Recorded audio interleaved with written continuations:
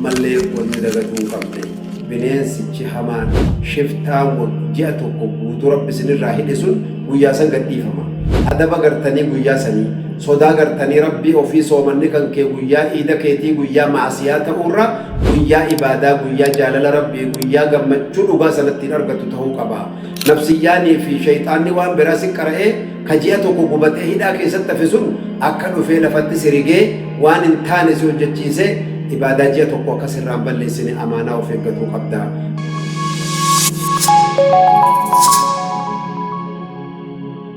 Kanaaf agartanii adabni iidaa guyyaa san waan jajjabduu jira. Ammallee wanni dagatuu hin qabne bineensichi hamaan shiftaan ji'a tokko guutuu rabbi isinirraa hidhe sun guyyaa san gadhiifama. Adaba gartanii guyyaa sanii sodaa gartanii rabbii ofii soomanni kan kee guyyaa iida keetii guyyaa maasiyaa ta'urra guyyaa ibaadaa guyyaa jaalala rabbii guyyaa gammachuu dhugaa sanatti argatu ta'uu qaba. Nafsiyyaanii fi shayxaanni waan biraa si qara'ee kaji'a tokko gubatee hidhaa keessatti hafe sun akka dhufee lafatti sirigee waan hin taane si hojjechiisee ibaadaa ji'a tokko akka sirraan balleessine amaanaa of eeggatuu qabda. Kan agartanii guyyaan iidaa guyyaa ikhtilaaxa hin qabne dubartiif dhiirri walitti hin laaqamne guyyaa gartanii waan badii waan rabbi hin jaallanne hin hojjenne guyyaa bashannana jedhanii gammachuudha jedhanii maalayaanii biraa keessa seenanii shayxaanachumaan qileetti si darbee badii adda addaa si dalagsiisu san akka rabbii jecha of eeggattu akka beelli ji'a tokkoo dheebuun ji'a tokkoo atitti gubatte qiyaamul layli siyaamun nahaariin guyyaa soomtee halkan dhaabbatte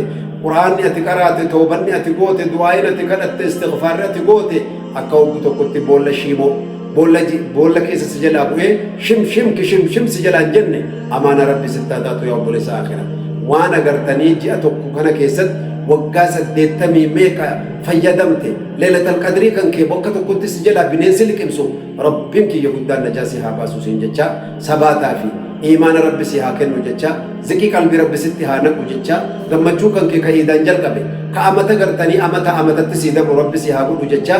ergaa rabbiitii fi rasuula rabbii asii walii dabarsina ummata milkaa'e ummata jaallatame ummata filatame ummata guddate ummata tokkoome ummata gartanii biyyaa fi ofii fi jiruu fi eessallee jiraatu wahdaadhaan tokkummaadhaan obbolummaa isa jabeeffatee